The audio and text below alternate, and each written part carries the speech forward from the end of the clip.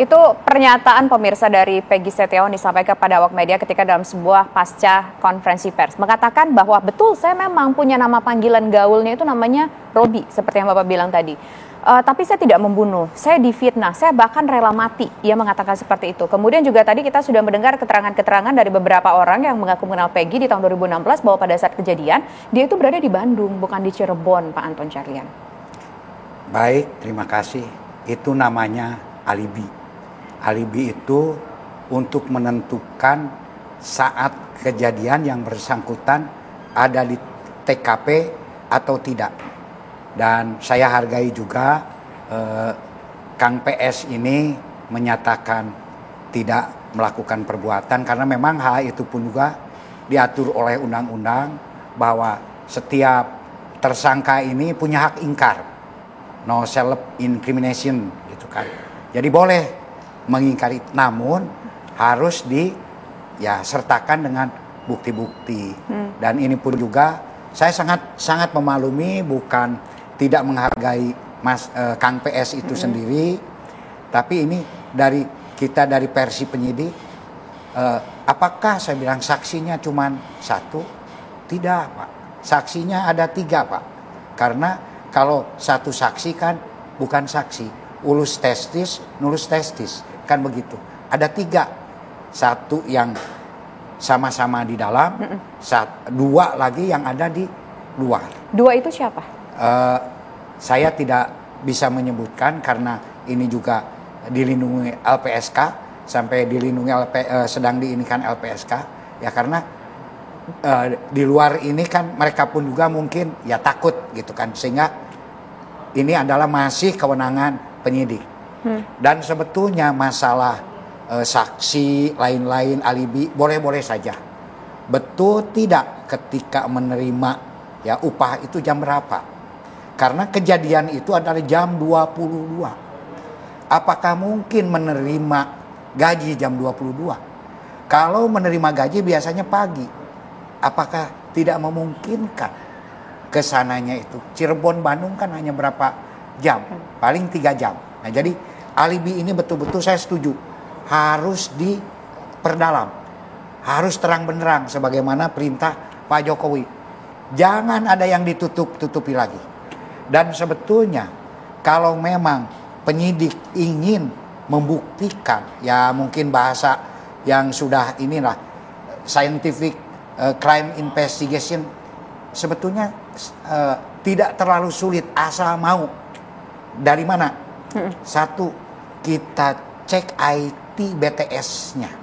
Nah, IT BTS itu akan menentukan pada suatu waktu di tempat tertentu.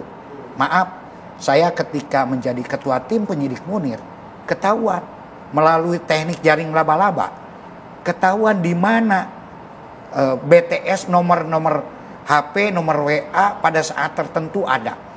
Ini tidak bisa berbohong. Saat itu di Indonesia tidak bisa. Saya sampai datang ke Washington.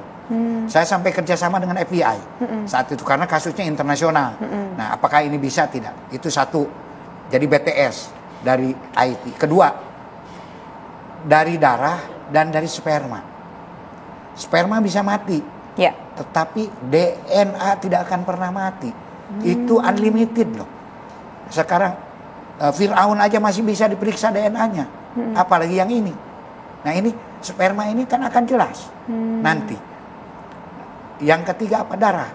Darah di baju, darah di samurai. Kalau memang itu ada darah di samurai, berarti ada penusukan. Karena di pisem pun juga ini kan harus dikaji ulang. Ada yang bilang tidak ada penusukan, ada yang bilang ada gitu kan. Nah, ini betul-betul harus diteliti, rekonstruksi ulang. Nah, di sini ketika scientific investigation ini mengatakan iya, mohon nanti ya semua pihak siapapun juga harus mau menerimanya. Karena ini scientific investigation. Dan untuk hal ini bisa kerjasama dengan Labfor, Pusdokes Polri, itu semuanya sudah ada. Walaupun memang reagennya ini agak mahal. 1 tetes aja itu zaman saya tahun 2000 itu sudah 2,5 juta. Tapi sekarang untuk kepentingan penyidikan itu saya yakin Bisa. Jadi melalui yaitu pemeriksaan DNA gitu kan. Walaupun sudah dikubur jenazah 8 tahun yang lalu, itu masih bisa tetap ketahuan DNA-nya Pak ya? Siapa yang menempel pada saat itu? Ya kan ada barang bukti Mbak. Barang bukti CD, maaf sekali, baju, kemudian samurai, di samurai kan ada bekas darah Pak. Ya. Dulu saya waktu Marsina saja Mbak, sudah 15 tahun. Di lantai sudah 15 tahun dengan reagen itu langsung kelihatan. Walaupun udah dicuci segala sudah macam. dicuci, sudah berkali-kali Mbak. Ingat DNA itu tidak akan, apalagi ini kan tidak dicuci Mbak. Tapi biasanya kalau untuk menyimpan barang-barang bukti yang ditemukan ketika pasca kejadian, misalkan seperti itu selalu disimpan selamanya ya Pak Anton ya? Sampai kadaluarsa. Dan saya cek ke para penyidik, apakah masih ada? Ternyata masih ada. Oh, semua masih ada? Ya, makanya ini rekonstruksi ulang, baik pasal, alat bukti, maupun rekonstruksi di tempat kejadian perkara. Gitu kan. Makanya kemarin sempat dilakukan rekonstruksi di lokasi kejadian perkara. Nah itu apa yang ingin ditemukan Pak? Kan Bapak mengatakan kita kan orang awam nggak terlalu paham ya Pak pola berpikir yang luar biasa ini seperti apa untuk mengetahui sebuah kasus. Apa yang mungkin bisa dilakukan kembali lagi ke tempat peristiwa kejadian 8 tahun yang lalu, apa sih yang mau dicari dari prarekonstruksi itu sebelum nanti menuju rekonstruksi ulang Pak? TKP ini merupakan dasar untuk mengungkap sebuah perkara. Walaupun sudah bertahun-tahun bahkan berpuluh-puluh tahun. Kenapa? Dari rekonstruksi ulang ini seperti masalah 11 tersangka menjadi sekarang 9 atau 10 gitu kan. Karena tidak ada dua. Nah, nanti kan akan ketahuan betul nggak ada peran yang 2 orang yang hilang ini, atau memang betul tidak ada, atau hanya fiktif. Ya sementara saya tanya juga masalah itu. Pak, kami sudah desak sekarang ini bahwa mereka tidak bisa mengidentifikasi yang 2 orang itu sendiri. Masa kami mau memaksakan hal yang tidak ada? Tapi kan dalam persidangan nama mereka ini ada Pak, Dani dan Andi ini ada. Terus tiba-tiba kemudian namanya dinyatakan hilang. Sampai akhirnya keluarga dari korban pun merasa nggak puas melaporkan ini ke Komnas HAM juga gitu Pak. Ya betul sekali, itu saya sangat maklumi. Kalau saya jadi keluarga korban atau masyarakat pun juga bertanya. Makanya saya daripada pusing, saya tanya kepada penyidik. Kenapa ini dari 3 menjadi 1? Saya bilang kan, apa dasarnya? Sudah Pak, sudah kami istilahnya berulang-ulang. Mereka tidak bisa mengidentifikasi. Bagaimana kami mau mengeluarkan foto, jangankan foto, sketsa saja tidak ada. Ketika ditanya yang satu, Arif ini, Dani ini yang bentuknya gimana? Ini mengatakan bulat, si ini mengatakan lonjong, si ini mengatakan kurus. Gimana kami nggak pusing Pak? Artinya ini kan fiktif Pak. Kalau misalkan si ini mengatakan hitam, si ini mengatakan putih, si ini mengatakan 170, si ini mengatakan 160. Apa enggak ribet? Apa enggak Pabaliut katanya?